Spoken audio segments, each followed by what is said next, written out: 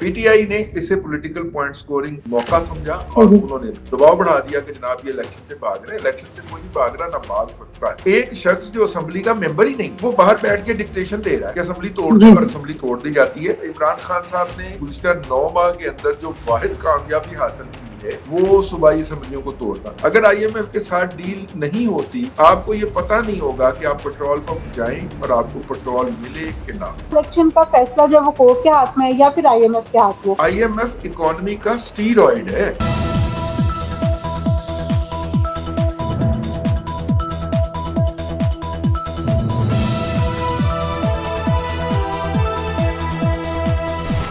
अस्सलाम वालेकुम नाज़रीन, प्रोग्राम बात से बात के साथ मैं हूँ आपकी मेजबान अफीफा रॉ और मेरे साथ मौजूद है उनके नाम पर तज्जियाकार रिजवान रज़ी साहब। अस्सलाम वालेकुम सर। वालेकुम अस्सलाम।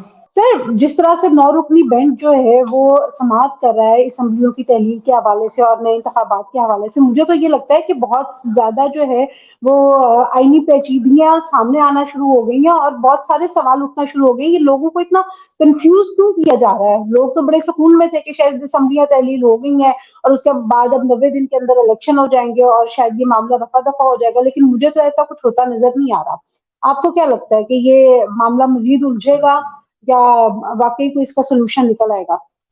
देखिए, ये जो बात आपने कही है ये पीटीआई का नुक्ता नजर था और वो इस बात को प्रोपेगेट भी कर रहे थे और मेजोरिटी लोगों के पास यही पर्सपेक्टिव है कि जनाब इस वक्त पीडीएम की गवर्नमेंट इलेक्शन से भाग रही है, जबकि पीडीएम की गवर्नमेंट कहती है कि हमें इलेक्शन के ऊपर कोई एतराज नहीं है, आप कल के करवाते आज इलेक्शन करवा दीजिए, बस ये आईएमएफ की डील मुकम्मल हो जाने दें, क्योंकि अगर इलेक्शन पहले हो गए डील के मुकम्मल होने से तो फिर आईएमएफ जो है वो पैसे नहीं देगा और हम इलेक्शन करवाने जोगे हमारे पास इलेक्शन करवाने तक के पैसे नहीं होंगे। पीटीआई ने इसे पॉलिटिकल पॉइंट स्कोरिंग का एक मौका समझा और उन्होंने दबाव बढ़ा दिया कि जनाब ये इलेक्शन से भाग रहे हैं। इलेक्शन से कोई नहीं भाग रहा, ना भाग सकता है, और हम नहीं भागने देंगे, जो डेमोक्रेट्स हैं वो नहीं भागने देंगे। एक तो बात ये हो गई, लेकिन देखिए इसके बहुत सारे, ये तस्वीर का एक पहलू था। कल जब केस टेकअप हुआ है तो उस केस में वो भी आ गया। उन्होंने कहा कि जनाब ये असम्बलियां तोड़ी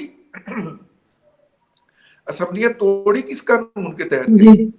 एक शख्स जो असेंबली का मेंबर ही नहीं, वो बाहर बैठ के डिक्टेशन दे रहा है कि असेंबली तोड़ दी, और असेंबली तोड़ दी जाती है।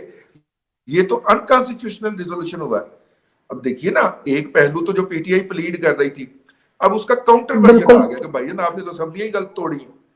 कोर्ट ने ये भी क्वेश्चन, कॉन्स्टिट्यूशनल क्वेश्चन अपने प्लेट पे सजा लिया कि इसका भी जवाब देना। अच्छा, और भी बहुत सारी चीजें जो हैं लाइक के भाई ये सीसीपी और लाहौर के ट्रांसफर का मसला था, इसमें असेंबलियों का कहां से आ गया, तो बहुत सारे सवालात हैं।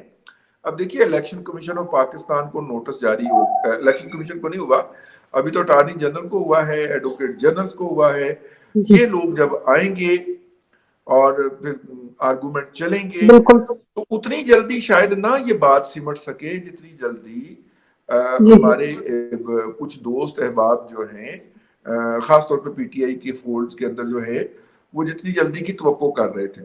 वैसे वो मुझे पीटीआई से याद आया कि वो जो गिरफ्तारियां नहीं हुई थी परसों लाहौर से, उसके ऊपर जो है वो एप्लीकेशन फाइल हुई है लाहौर हाई कोर्ट में, और शाह महमूद कुरैशी और वलीद इकबाल और असद उमर कि जनाब हमारी तबीयत खराब है, हमें रिहा किया जाए। गिरफ्तारी तो उन्होंने खुद से दी थी, गिरफ्तार तो उनको किसी ने किया ही नहीं था। तो अब जो ये दरखास्तें दे रहे हैं तो उनको किसने कहा था कि प्रिजन वैन में आके बैठ जाए? एग्जैक्टली यही बात है। अब देखिए, बात ये है कि एक इमरान खान साहब ने जो, अगर हम देखें गुज़िश्ता 9 माह के अंदर जो वाहिद कामयाबी हासिल की है वो सूबाई असम्बलियों को तोड़ना था। बाकी 2 दफा उन्होंने मार्च करने की कोशिश की। एक दफा उन्होंने कहा कि जी हम इस्लामाबाद पहुंचेंगे, और वो इस्लामाबाद में दाखिल तक नहीं हुए। एक दफा उनका ख्याल था कि हम पिंडी से लेके आएंगे काफिले और इस्लामाबाद के अंदर बैठी हुकूमत को गिरा देंगे, और वो सारी रात डोल डमक्का करने के बाद सुबह सुबह तकरीर करके 7 बजे या 6 बजे वो भाग गए वहां से इमरान खान साहब। अभी तक उन्होंने प्रोटेस्ट के फ्रंट के ऊपर कोई कामयाबी हासिल नहीं की, वेरी ऑनेस्टली स्पीकिंग। मेरा मतलब है कि कोई एक अचीवमेंट हो जो उन्होंने बात प्रोटेस्ट के जरिए मनवाई हो, वो एक हिजान बर्पा कर लेते हैं, एक सिचुएशन बना लेते हैं, वो अपनी जगह के ऊपर है। मैं उनके एहतजाज करने के हक को भी तस्लीम करता हूँ, वो भी अपनी जगह पे है, उनका आईनी हक है। लेकिन अभी तक वो एहतजाज से कोई चीज कर नहीं पाए, हासिल नहीं कर पाए। एक चीज मैं यहाँ पे ऐड करूंगी, जो आप कह रहे हैं कि वो एहतजाज से कुछ हासिल नहीं कर पाए, ये शायद उनको जो मीडिया से अटेंशन मिल रही है उसमें तो वो बहुत हक बजानिब है कि उन्होंने अपने आप को जिंदा रखा हुआ है, और अपोजिशन में रहते हुए अगर वो हुकूमत से ज्यादा डिस्कस हो रहे हैं तो ये तो उनकी अचीवमेंट है। नहीं, वो जाहिर है मीडिया उनकी तरफ डाइवर्ट होता है, वो मीडिया को एंगेज करने के गिमिक्स जानते हैं, वो उसको एंगेज करते हैं और वो टाइम वो कर लेते हैं। लेकिन बात आपने जो कही थी कि अच्छे भले घर बैठे हुए थे, तो क्या जरूरत थी गिरफ्तारी देने की शाह महमूद कुरैशी साहब को और वलीद इकबाल साहब को? बिल्कुल। और अगर गिरफ्तारी देनी थी, अगर गिरफ्तारी देनी थी तो फिर यकीनन मेरा मतलब है कि उन्हें इतना हौसला रखना चाहिए था कि इसमें ये कुछ होता है। अब मैं आपसे अर्ज करूं कि ये जो लोगों ने जिन्होंने गिरफ्तारी दी है, इन्हें सुबह जब वो जेल की चाय पेश की गई है नाश्ते के अंदर, तो इन्होंने नाश्ता करने से इनकार कर दिया, और उसके बाद जो है वो फिर इनको नाश्ता, जो चाय दी गई उससे नाश्ता करने से इनकार कर दिया, फिर इनके लिए स्पेशल डबल रोटियां मंगवाई गई। अच्छा जी। और उसके बाद फिर इन्हें बताया गया कि आपको ना 20-20, 25-25 की टोलियों के अंदर जो लिया जेल भेजा जा रहा है, मियां वाली जेल भेजा जा रहा है। अब देखिए, ये लिया हो गया, मियां वाली हो गया, डीडी खान हो गया, इनमें से किसी भी शहर का लाहौर से फासला 8-9 घंटे से कम नहीं बनता, और अगर दरमियान में कोई 1-2 स्टॉप भी लगा ले तो ये कोई तकरीबन 10-12 घंटे में वो शाम तक वहां पे पहुंचेंगे। और फिर आपको पता है कि फिर जगह के ऊपर आपको वैसे ही पहली रात नींद नहीं आती, तो हम जैसे किराए के मकानों के जो लोग हैं, इनको अंदाजा है कि जब हम घर बदलते हैं, किसी नई जगह पे जाते हैं, तो नए घर में नींद नहीं आती पहले एक दिन, तो ये भी पहुंचेंगे नई जगह पे तो इन्हें नींद भी नहीं आएगी, तो बड़ी डिस्टरबेंस है। सुबह इन्होंने ये पैगाम छोड़ा था अपने साहबजादे के लिए कि वो अपील फाइल कर दे, तो इनको पैगाम देते हुए जब सुना बाकी लोगों ने, तो उन्होंने भी उसी शख्स के हाथों अपने अपने लोगों को पैगाम भिजवाया कि जनाब आप ये हमारे वो कर दें। मेरा ख्याल है अगले 2-3 रोज के अंदर इनकी रिहाई हो जानी चाहिए, अदालत की मुदाखलत से हो, या राना सनाउल्लाह का बयान भी आ गया है ना कि अब वो हमसे गुजारिश कर रहे हैं कि हमें जेलों से निकाला जाए, लेकिन उनको जेल से निकालने का जो अमल है वो भी 3 से 4 दिन ले जाएगा। ये राना सनाउल्लाह का मतलब राना सनाउल्लाह उनको अच्छी तरह जेल का खाना खिला के और फिर ही बाहर आने देंगे? नहीं, अच्छी तरह तो नहीं है, लेकिन 3-4 दिन जो है वो सर अच्छी उनके तरह लिए तो वही बहुत है, जिनको जेल की चाय पसंद नहीं आ रही तो उनके लिए तो ये 3-4 दिन भी बहुत है। हाँ, और मजे की बात यह है कि खाना जो बाहर से भेजने की कोशिश की गई है, जेल के अमले ने वो खाना भी नहीं लिया उनका ना, उनको कहा गया कि इसकी इजाजत नहीं है। ये जो लोग जुडिशल पे भी जाते हैं ना जेल के अंदर, या एमपीओ के तहत जेल में जाते हैं, इनको खाना घर से लाने की इजाजत नहीं होती, इन्हें वहां पे जेल का ही खाना खाना पड़ेगा और पड़ रहा है। लेट्स होप फॉर चलो सर, अच्छा है, हो सकता है कि ये खाना खाएं और उसके बाद जब हुकूमत में आए तो कैदियों का भला हो जाए, उस खाने का स्टैंडर्ड ये थोड़ा सा बेहतर करवा लें, तो चले उनको भी थोड़ी सी ग्राउंड रियलिटीज पता चलेंगी। लेकिन बात जहां से हमने शुरू की थी वहां पर आते हैं कि अगर जब तक आईएमएफ की डील नहीं होती तो इलेक्शन तो नहीं हो सकते, और अगर हम आईएमएफ की डील पर जाएं तो आईएमएफ की डील में सिवाय मुझे आवाम का तो बड़ा होने के अलावा और तो कुछ नजर नहीं आ रहा। तो आपको क्या लगता है कि ये आईएमएफ की डील में कोई बेहतरी की गुंजाइश आवाम के लिए है या नहीं है? मैं आपको अर्ज करता हूं, अगर हमारी आईएमएफ के साथ डील नहीं होती तो फिर हमारे यहाँ अफरात-ए-ज़र होगा 80%, 82%, ठीक है। और अगर हमारी आईएमएफ के साथ डील हो जाती है तो फिर हमारे यहाँ जो होगा अफरात-ए-ज़र जो है इस वक्त ऑलमोस्ट होने लगा है, वो होगा 32% से 42% के दरमियान।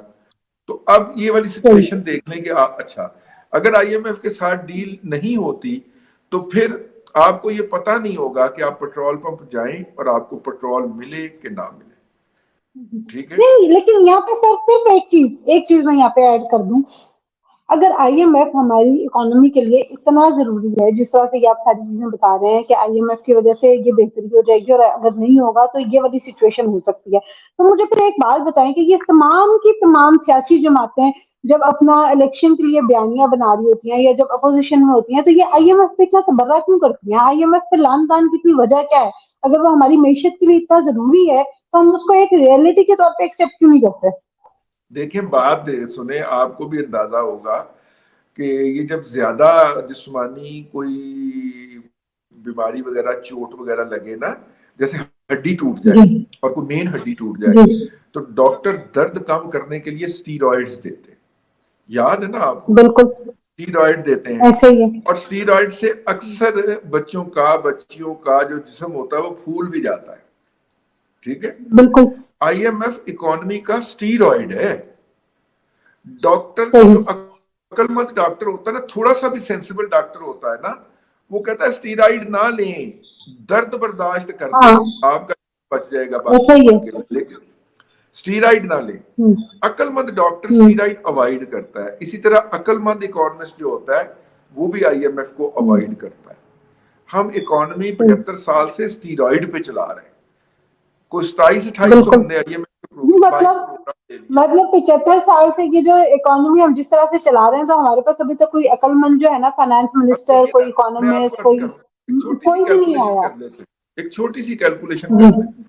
ये 23वां प्रोग्राम है आईएमएफ का जो हमने लिया है, और आईएमएफ का एक प्रोग्राम होता है 3 साल का।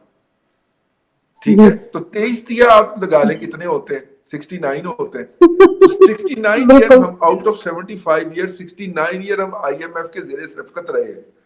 तो मेरा मतलब है कि हमने क्या इंडिपेंडेंस यार की कभी भी लाइफ के अंदर। मतलब ये तो वो नशे की लत है ना, ये तो फिर आप कह लें कि ये एक वो नशा है जो हमारी ये इकोनॉमी को लग चुका है, और अब इसके बगैर गुजारा नहीं है, ना हमारे हुक्मरानों का, ना हमारी इकोनॉमी का। क्योंकि जैसे ही उसकी कॉस्ट देने की बारी आती है तो सियासतदान अपने मफादात उठा के साइड पे हो जाते हैं। जागीरदार अपनी तरफ किसी को नहीं आने देता। अब इंडस्ट्रियलिस्ट की भी लॉबीज बन गई, वो असेंबलियों में बैठे हुए हैं, वो खुद पे कोई टैक्स नहीं लगने देता। ले दे के आपके और मेरे जैसे जो जिनकी कोई नुमाइंदगी नहीं है फैसला साजी के ऊपर, उनको टैक्सों के अंदर रगड़ दिया जाता है। तो ये 69 ईयर यही होता रहा है पाकिस्तान के अंदर। अब तो आईएमएफ भी जीतना शुरू, वो भी कहता है कि भाई आप अपने लोगों के ऊपर टैक्स लगाएं, जो टैक्सेबल लोग हैं उनके ऊपर टैक्स लगाएं, आप गरीबों का रगड़ा चाटते जा रहे हो। आईएमएफ ने ये स्टेटमेंट्स दी है और उनका फोकस इस बात पे है कि जो अमीर तबका है उसके ऊपर ज्यादा से ज्यादा टैक्स लगाया जाए, लेकिन वही आपकी बात जो आपने पहले भी एक व्लॉग में की थी कि वो ट्रिगर होकर उसका इफेक्ट तो आके मेरे और आप जैसे लोगों के लिए ही रह जाता है। अच्छा, अब आईएमएफ के साथ ना हमने डील जो है वो हमारी तकरीबन ये कौमी असम्बली का बिल पास हो गया। अब हम स्टाफ लेवल के हमारे मुज़ाकरात शुरू हो गए। पहले टेक्निकल मुज़ाकरात हुए थे, अब स्टाफ लेवल के शुरू हो गए हैं। ये स्टाफ लेवल के मुज़ाकरात भी 3 से 5 दिन लेते हैं। अगर ये थ्रू हो गया तो फिर ये वाली हमारी जो किस्मत का फैसला है ये आईएमएफ के बोर्ड ऑफ डायरेक्टर में रखा जाएगा, और वहां से अगर अप्रूवल हो गई तो फिर आईएमएफ भी हमें पैसे देगा, हमारा चीन भाई भी पैसे देगा, हमारे सऊदी भाई भी पैसे देंगे। और मेरा मतलब है इसमें तकरीबन कितना अर्सा लगेगा सर? ये जो दोस्तों ने पैसे देने हैं ये तो आईएमएफ की अनाउंसमेंट के 1 हफ्ते के अंदर अंदर आ जाएंगे। जिस दिन आईएमएफ प्रेस रिलीज जारी कर देगा ना कि हमने पाकिस्तान के लिए ये वाला पैकेज अप्रूव कर दिया है और उसने हमारे साथ एग्री कर लिया है कि वो अपने घर के माली मामलात को सीधा करेगा, तो हमने उसके साथ एग्री कर लिया और उसको 1 अरब 20 करोड़ डॉलर जारी कर दिए। जिस दिन ये प्रेस रिलीज आनी है उस दिन ही 4 अरब डॉलर में तकरीबन कितना टाइम लग सकता है? अभी आज शुरू हो गए हैं ना। इसाक डार साहब ने कहा, हम बुध के रोज उन्होंने कहा था कि आज शुरू हो गए हैं, तो बुध, जुमेरात और जुमा 3 दिन ये हो गए, तो मंगल तक ये स्टाफ लेवल के मुज़ाकरात जो हैं वो खत्म होने का इम्कान है। तो मंगल के बाद फिर तकरीबन 1 हफ्ता, तो ये तकरीबन कुल मिला के ना तो आप समझ लें कोई 12-1 दिन लग सकते हैं ये आईएमएफ वाली डील। सर अगर 12 दिन को भी हम छोड़ें और हम सोचें कि जी इसमें 1 महीना लगेगा, तो अभी फरवरी का इख्तिताम है, अगर ये मार्च का महीना इन सारी चीजों को सेटल होने में लगता है तो फिर तो अप्रैल में आराम से इंतखाबात हो सकते हैं। अप्रैल में आराम से इंतखाबात हो सकते हैं, बिल्कुल हो सकते, क्यों नहीं हो क्योंकि सकते। पैसे तो आ जाएंगे। तो क्या हाँ, आपको अप्रैल में लेकिन इंतखाबात होते नजर आ रहे हैं? नहीं नहीं, देखिए अगर 1 महीना लग जाता है आपके बकौल और मेरे बकौल 15 दिन लग जाते हैं, तो 15 दिन के हम्म। बाद ये फिर 40 दिन का प्रोसेस होता है इलेक्शन। चालीस सही। दिन का प्रोसेस होता है कागजात हाय नामजदगी जमा करवाने से लेकिन लेके। लेकिन अगर 40 दिन की प्रोसेस पे हम जाएं तो फिर तो मई आ जाएगा, और मई में जो है वो बजट आने वाला होगा, तो फिर इसका नहीं मतलब ये कि नहीं, इलेक्शन मई बजट के मई भी बाद आ होगा। जाएगा, अप्रैल में तो रमजान भी होगा ना। जी। सॉरी, अप्रैल में तो रमजान भी होगा। और मेरा जी। ख्याल है कि 20 अप्रैल को शायद या 20 मई को ईद है। शबान चढ़ गया ना। बिल्कुल हाँ, 20 बिल्कुल बिल्कुल शुरू हो अप्रैल चुका को, है। 20 अप्रैल को ईद है जी। ठीक है। जी जी। तो इसका मतलब है कि 7-8 अप्रैल जो सदर साहब ने टेंटेटिव डेट दी है इलेक्शन की, उन तारीखों के सही। अंदर तो रमजान भी होगा ना। बिल्कुल। तो देखिए, अब अदालत के कोर्ट में मामला चला गया है, कोर्ट में अदालत में मामला चला गया है। तो देखिए वो इसके ऊपर क्या फैसला देते हैं। ठीक है, अब हम कोर्ट का इंतजार करते हैं, क्योंकि या तो इलेक्शन का फैसला जो है वो कोर्ट के हाथ में है या फिर आईएमएफ के हाथ में।